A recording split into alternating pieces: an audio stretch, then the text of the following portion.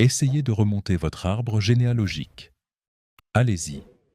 Prenez le temps de vous connecter à l'une de ces immenses bases de données en ligne, ces sites qui vous promettent de découvrir qui vous êtes pour un abonnement mensuel. Suivez la lignée de votre grand-mère, puis celle de sa mère, puis celle de son père. Remontez le fil des naissances, des mariages, des actes de propriété. À un moment donné, vous allez percuter un mur.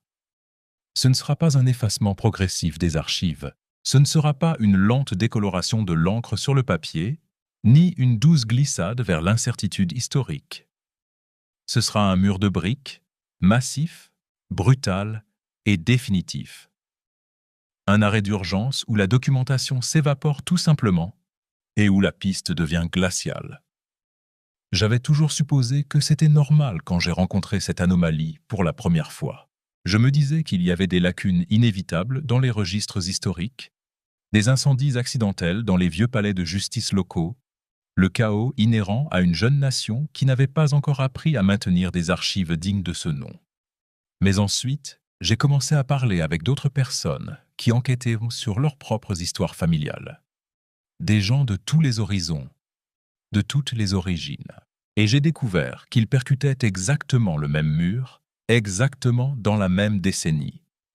Chaque généalogiste, chaque historien familial, chaque personne qui tente de se reconnecter à quelqu'un qui vivait dans ce pays entre 1870 et 1890 trouve la même barrière, la même impasse, le même silence assourdissant là où devraient en se trouver des réponses, des noms et des preuves.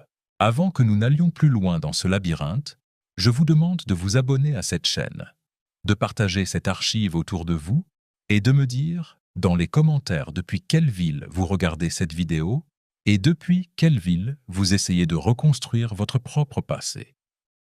Parce que ce que nous sommes sur le point de déterrer aujourd'hui nécessite des témoins oculaires. Nous avons besoin de laisser une trace. Je ne cherchais pas cela quand j'ai commencé. Je ne cherchais pas un complot bureaucratique. J'étudiais simplement les schémas d'immigration de la fin du XIXe siècle.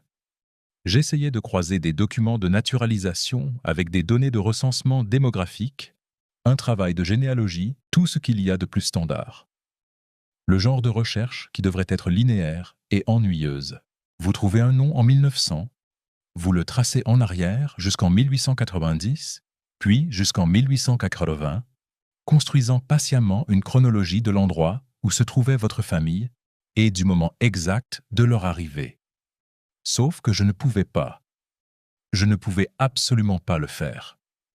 Chaque recherche, chaque base de données, chaque lignée familiale que j'essayais de tirer vers le passé s'arrêtait net en 1890.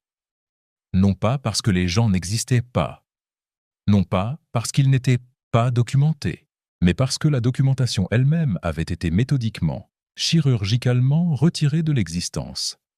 62 979 766 noms.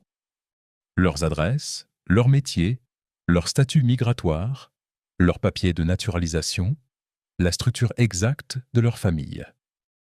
Tout cela avait été enregistré avec une précision maniaque le 1er juin 1890. Et tout cela a disparu.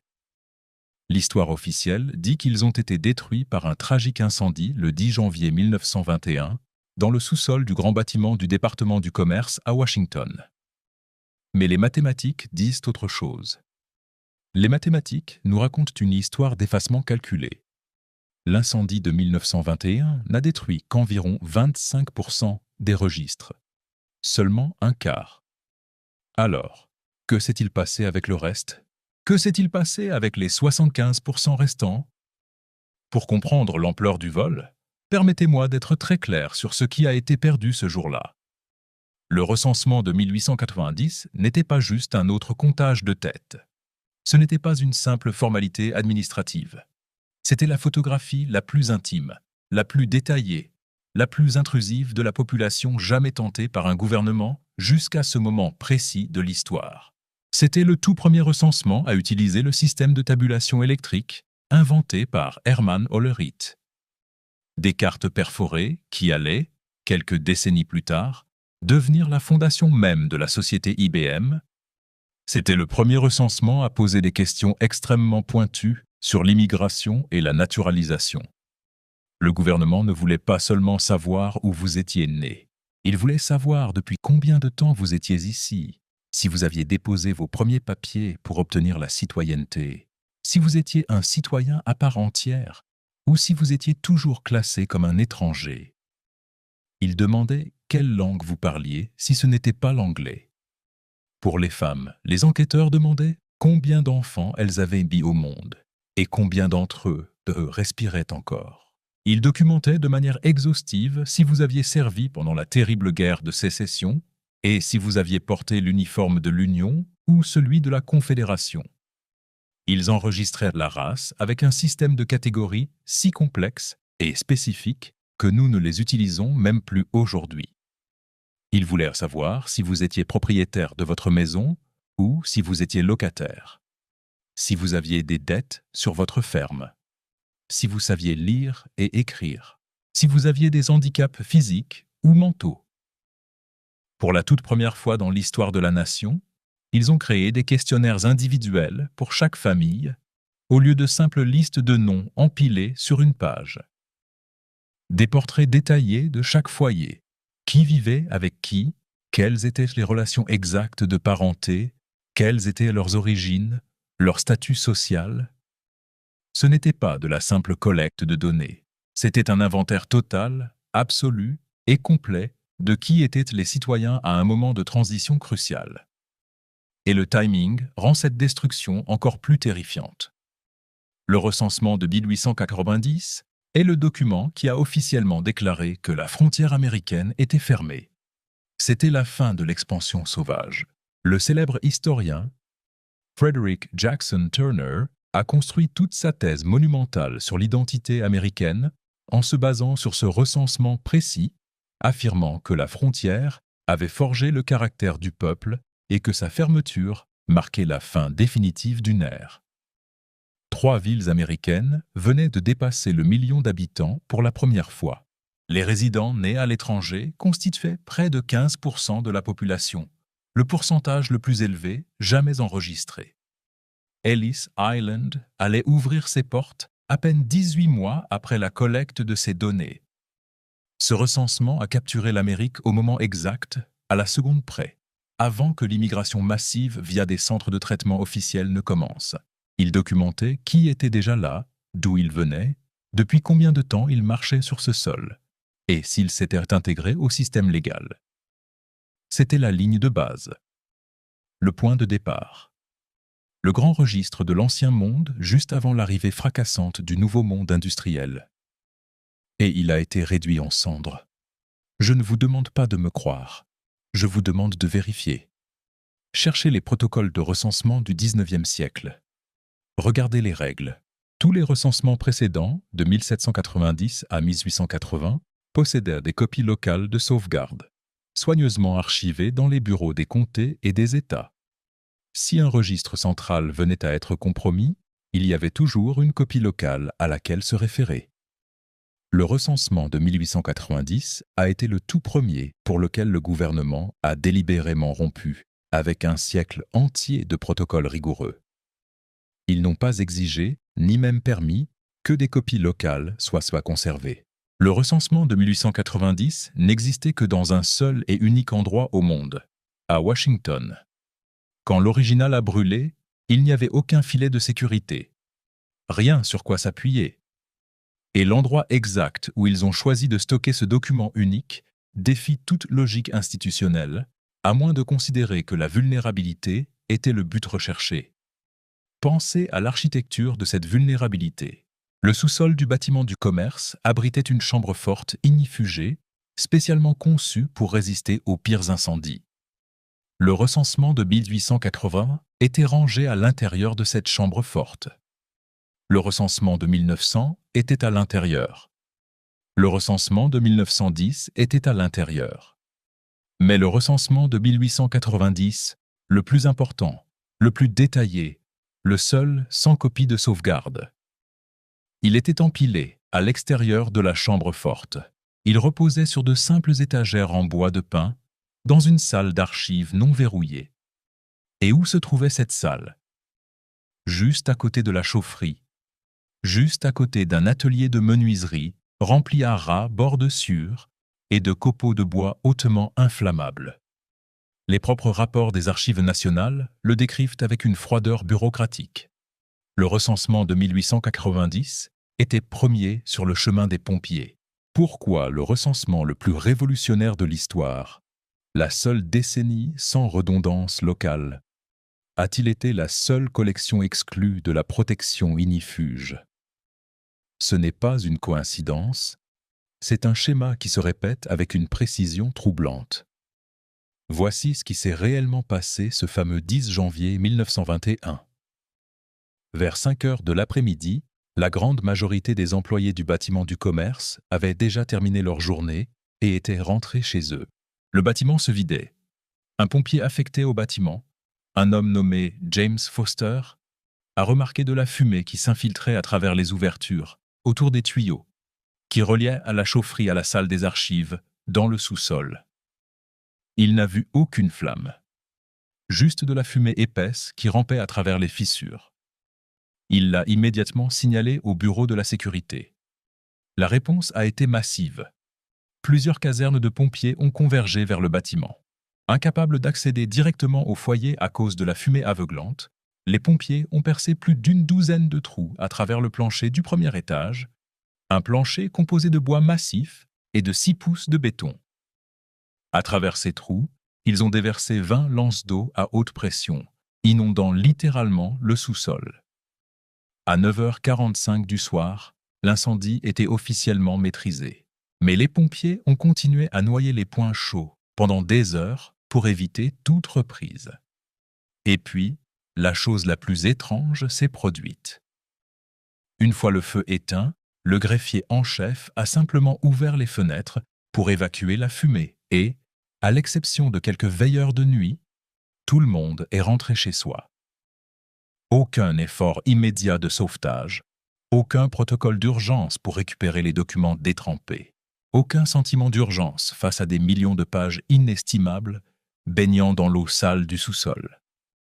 Ils les ont simplement laissés là, dans l'obscurité, dans l'humidité. Le lendemain matin était la vision cauchemardesque de tout archiviste. De l'eau jusqu'aux chevilles recouvrait les registres étalés sur le sol. L'évaluation des dommages a fluctué de manière absurde selon les responsables interrogés. Certains rapports affirmaient que 25% des documents avaient été intégralement consumés par les flammes. D'autres estimaient qu'environ 50% avaient été sévèrement endommagés par l'eau et la fumée. Mais une chose est certaine, et c'est documenté par au moins une source officielle. Environ 38% des registres étaient absolument intacts. 38%. Cela représente près de 24 millions de dossiers individuels qui auraient pas dû survivre. Que leur est-il arrivé? Ils sont restés en piles gorgées d'eau pendant des mois. Puis, ils ont été déplacés dans un entrepôt temporaire, ballottés d'un endroit à un autre, avant de retourner dans un espace de stockage du gouvernement où on les a laissés pourrir et se détériorer pendant plus d'une décennie. L'enquête officielle sur les causes de l'incendie n'a jamais rien conclu de définitif. Certains ont blâmé une cigarette jetée par négligence. D'autres ont pointé du doigt un câblage électrique défectueux ou la combustion spontanée de la sciure dans l'atelier adjacent. Au moins une citoyenne, une femme de l'Ohio, a déclaré publiquement dans les journaux qu'elle était convaincue que l'incendie était une conspiration délibérée visant à escroquer sa famille de son héritage légitime en détruisant toute preuve de leur lignée. Les officiels se sont moqués de ces allégations. Mais ils n'ont jamais daigné expliquer pourquoi le recensement de 1890 était empilé à l'extérieur du coffre-fort, alors que tous les autres l'étaient à l'intérieur. Ils n'ont jamais expliqué pourquoi aucun effort de sauvetage n'a été entrepris, alors qu'un tiers des documents n'avaient même pas été touchés par le feu. Et c'est ici que la mécanique bureaucratique devient infiniment plus sinistre que l'incendie lui-même. Pendant 12 longues années, des historiens, des généalogistes, des avocats et des organisations civiques ont envoyé des lettres désespérées, suppliant le gouvernement de préserver les registres restants. La Société généalogique nationale a déposé des requêtes formelles auprès du Congrès. Les Filles de la Révolution américaine, DAR, ont organisé des protestations officielles. Et à chaque fois, la réponse de l'État était la même. Un déni catégorique qu'une destruction soit prévue, et de belles promesses assurant que les documents seraient choyés et protégés. 12 années de pourrissement silencieux et de mensonges polis.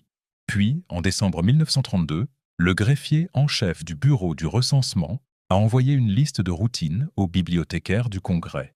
Une liste de documents administratifs classés comme n'étant plus nécessaires aux affaires courantes, programmés pour l'incinérateur. Le point numéro 22 sur cette liste indiquait simplement « Population 1890 originale ». Il incombait aux bibliothécaires du Congrès d'identifier, parmi cette liste, tout registre méritant d'être conservé pour son intérêt historique. Cet homme de lettres, ce gardien de la mémoire nationale, n'en a identifié aucun. Pas un seul document. Pas un seul registre parmi 63 millions de vies humaines. La liste a été transmise au Congrès. Et les dates qui suivent semblent avoir été écrites par un scénariste sadique. Le 20 février 1933, le président des États-Unis, Herbert Hoover, participait à une grande cérémonie pompeuse pour poser la première pierre du tout nouveau bâtiment des Archives nationales. Un édifice majestueux, ignifugé, conçu spécifiquement pour préserver éternellement les registres fédéraux et empêcher qu'une perte catastrophique ne se reproduise un jour. Le lendemain, un seul jour plus tard, le 21 février 1933, le Congrès autorisait discrètement, sans débat public, la destruction totale et définitive de tous les registres restants du recensement de 1890. La première pierre du temple de la mémoire a été posée la veille du jour où l'on a ordonné de brûler le registre de population le plus crucial de l'histoire du pays. Une note manuscrite, retrouvée des décennies plus tard perdue dans un dossier du bureau du recensement, indique « Registre restant détruit par le département du commerce en 1934 ». Et juste en dessous, entre parenthèses, « Non approuvé par le géographe ». Quelqu'un à l'intérieur de la machine a essayé de s'y opposer. Quelqu'un a compris ce qui se passait, mais cela n'a rien changé. L'objection a été balayée. Sur les 62 979 000 personnes documentées, seuls environ 6 000 noms ont survécu à la purge. Des fragments pathétiques provenant de 10 États, moins d'un centième de 1%. Les 99,99 autres pourcents ont été rayés de la carte. Pas par le feu, puis par la négligence, puis par un décret bureaucratique volontaire et implacable. À qui profite ce genre de trou noir dans la mémoire d'une nation? Qui avait besoin que ces 20 années critiques entre 1880 et 1900 restent à jamais indocumentées? Posez-vous la question, utilisez votre logique. Si vous vouliez rendre absolument impossible la vérification de l'identité, de la localisation et des origines des citoyens américains avant une certaine date, que feriez-vous? Vous détruiriez l'unique document qui listait chaque personne, son pays de naissance, son statut migratoire, son parcours de naturalisation, ses liens de sang. Vous créeriez un vide artificiel de 20 ans au moment précis où l'ancienne version du pays s'éteignait et où la nouvelle prenait le pouvoir. Vous feriez en sorte que quiconque tente de retrouver ses racines s'écrase contre un mur infranchissable en 1890.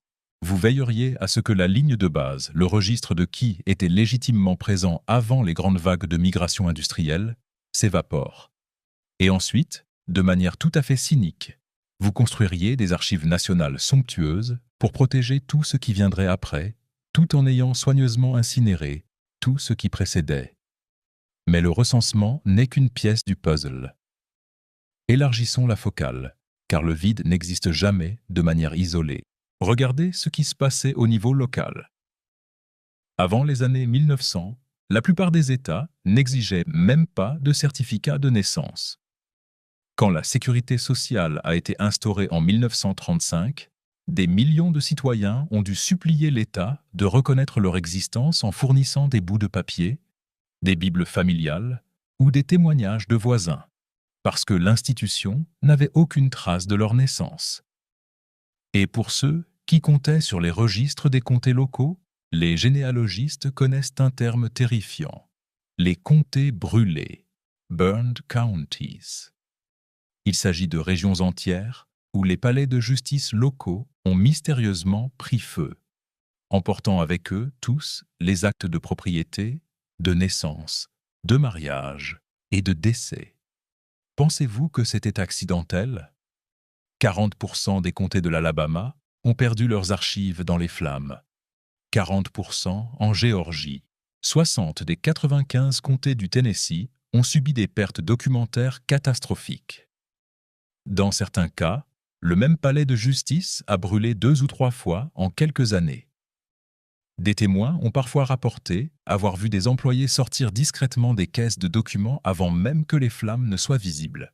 Ces incendies ciblés ont effacé les preuves de propriété foncière des minorités, les ascendances métissées, les réclamations qui contredisaient les récits des élites locales.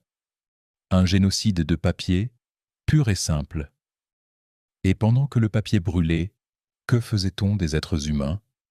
Regardez les trains d'orphelins, Orphan Train, entre 1854 et 1929, au moment même où la mémoire documentaire était purgée, environ 250 000 enfants ont été arrachés aux rues des villes de la côte Est, parqués dans des trains et expédiés comme du bétail vers des familles d'agriculteurs dans le Midwest et l'Ouest. Leurs noms étaient changés, leurs histoires étaient effacées. On leur ordonnait d'oublier leur passé. Et le plus atroce, la grande majorité d'entre eux n'étaient pas orphelins. Ils avaient des parents vivants, mais des parents jugés trop pauvres, trop catholiques ou trop immigrés par des institutions dites charitables, dirigées par des hommes comme Charles Loring Brace. 1/4 million d'enfants dont l'identité a été réinitialisée. Et devinez quel document aurait permis à des millions de leurs descendants de retrouver leurs vrais parents aujourd'hui? Le recensement de 1890, celui-là même qui n'existe plus. Les familles ont été brisées physiquement et la possibilité même de se retrouver a été brisée administrativement. Et qu'en est-il des adultes? Que faisaient-ils de ceux qui se souvenaient trop bien du monde d'avant? Entre 1848 et 1890, 300 immenses asiles psychiatriques ont surgi de terre à travers le pays. Sous le couvert de la médecine, ils ont mis en place un mécanisme d'incarcération parfait. Grâce à une doctrine juridique appelée couverture, une femme mariée n'avait aucune existence légale. Elle était la propriété de son mari. Un homme pouvait faire interner sa femme dans un asile sur sa seule parole, sans aucune preuve médicale, sans aucun procès. Les registres d'admission de l'époque montrent des femmes enfermées pour lecture de romans, excitation religieuse ou troubles domestiques. En réalité, elles étaient enfermées pour être effacées, pour que le mari puisse récupérer les terres, l'argent et le contrôle total, tout en éliminant une voix potentiellement dissidente ou gênante. Les enfants partaient vers l'ouest dans des trains sans nom. Les épouses partaient vers les asiles sans espoir de retour. Et le recensement qui aurait témoigné de la composition de ces foyers avant leur destruction partait en fumée dans un sous-sol de Washington. Ce n'est pas une coïncidence. C'est un schéma qui se répète avec une précision troublante. Mais le vol d'identité ne suffit pas. Il faut aussi voler la terre. Et la logistique de ce pillage est stupéfiante. En 1862, le gouvernement a voté le Homestead Act, promettant des terres gratuites aux citoyens courageux. L'histoire qu'on nous raconte est celle de pionniers héroïques construisant une nation. Mais les propres chiffres des archives nationales avouent la supercherie. Sur 500 millions d'acres distribués, seuls 80 millions sont allés à de vraies familles. Les 420 millions d'acres restants, distribués aux magnates des chemins de fer, aux barons du bois, aux sociétés minières et aux spéculateurs. En parallèle, pour libérer ces terres, le gouvernement a imposé le Dawes Act en 1887, fragmentant les territoires des nations autochtones, leur volant 90 millions d'acres en quelques années, pendant que leurs enfants étaient arrachés et placés dans des pensionnats avec l'ordre explicite de tuer l'Indien pour sauver l'homme. L'effacement physique, l'expropriation foncière corporatiste et l'effacement documentaire se sont déroulés exactement dans la même fenêtre temporelle. Même l'architecture n'a pas été épargnée par ce besoin compulsif d'effacer les traces. Regardez les expositions universelles, comme celle de Chicago en 1893. On nous dit qu'ils ont construit plus de 200 bâtiments néoclassiques massifs, rivalisant avec les cathédrales européennes, en moins de 2 ans, dans un marécage, sans outils modernes. Ils ont appelé cela la Ville Blanche. 27 millions de personnes l'ont visitée. Et que s'est-il passé quelques mois plus tard? Des incendies mystérieux ont ravagé le site, et tout a été démoli à la hâte. On a raconté au public que ces chefs-d'œuvre n'étaient que des façades temporaires en plâtre. L'histoire officielle dit qu'il s'agissait d'une architecture jetable, mais les mathématiques, la logistique et l'ingénierie disent autre chose. Vous construisez quelque chose d'une ampleur impossible, vous l'exhibez et vous l'anéantissez avant qu'une véritable étude ne puisse être menée. Une fois de plus, l'incendie et la démolition viennent clore un chapitre que personne ne doit examiner de trop près. Aujourd'hui, qui contrôle ce qu'il reste de vos mémoires? Qui détient les morceaux fracturés de ces archives? La plus grande base de données généalogiques au monde appartient à l'Église de Jésus-Christ des Saints des derniers jours. Il conserve 2 milliards de noms sur microfilm dans un coffre-fort antinucléaire creusé dans une montagne de granit en Utah, le Granite Mountain Records Vault. Ils ne font pas cela par pure passion historique, mais pour des raisons théologiques, pour procéder à des baptêmes posthumes de vos ancêtres. Quant aux sites commerciaux que vous payez grassement pour découvrir votre ADN et votre arbre généalogique, ils sont possédés par des fonds d'investissement privés qui ont monétisé la quête désespérée de millions de personnes cherchant à combler le vide artificiel créé en 1890. Vous payez des entreprises privées et des institutions religieuses pour avoir le droit de fouiller dans les cendres d'une mémoire que l'État a lui-même décidé d'incinérer. Je ne vous demande pas de me croire. Je vous demande de vérifier. Regardez les lois de l'époque. Lisez le décret de destruction de février 1933. Épluchez les statistiques des asiles et les manifestes des trains d'orphelins. L'histoire officielle voudrait vous faire croire que tout ceci n'est qu'une série de tristes accidents, que les sous-sols sont parfois humides, que les bureaucrates sont parfois incompétents, que les incendies sont le fruit du hasard. Mais l'incompétence ne cible jamais les élites. Les accidents ne favorisent jamais les sans-voix. L'incompétence est le masque que porte le pouvoir lorsqu'il veut agir sans laisser de traces. Les enfants ont été expédiés loin de leur nom. Les épouses ont été enfermées loin de leurs biens. Les terres ont été volées loin de leurs propriétaires légitimes. Et les archives qui auraient pu prouver tout cela ont été laissées à l'abandon avant d'être légalement brûlées par ceux-là même qui étaient censés les protéger. Partagez ce contenu. Ne laissez pas cette enquête disparaître dans les algorithmes comme le recensement a disparu dans la chaufferie. Dites-moi dans les commentaires où vous bloquez dans vos recherches familiales. Dites-moi depuis quelle ville vous réalisez qu'une grande partie de votre histoire a été confisquée. Le papier brûle, les bâtiments sont démolis, les noms sont effacés. Mais les structures du pouvoir, elles, laissent toujours une ombre. Une fois que vous commencez à le voir, vous ne pouvez plus jamais l'ignorer.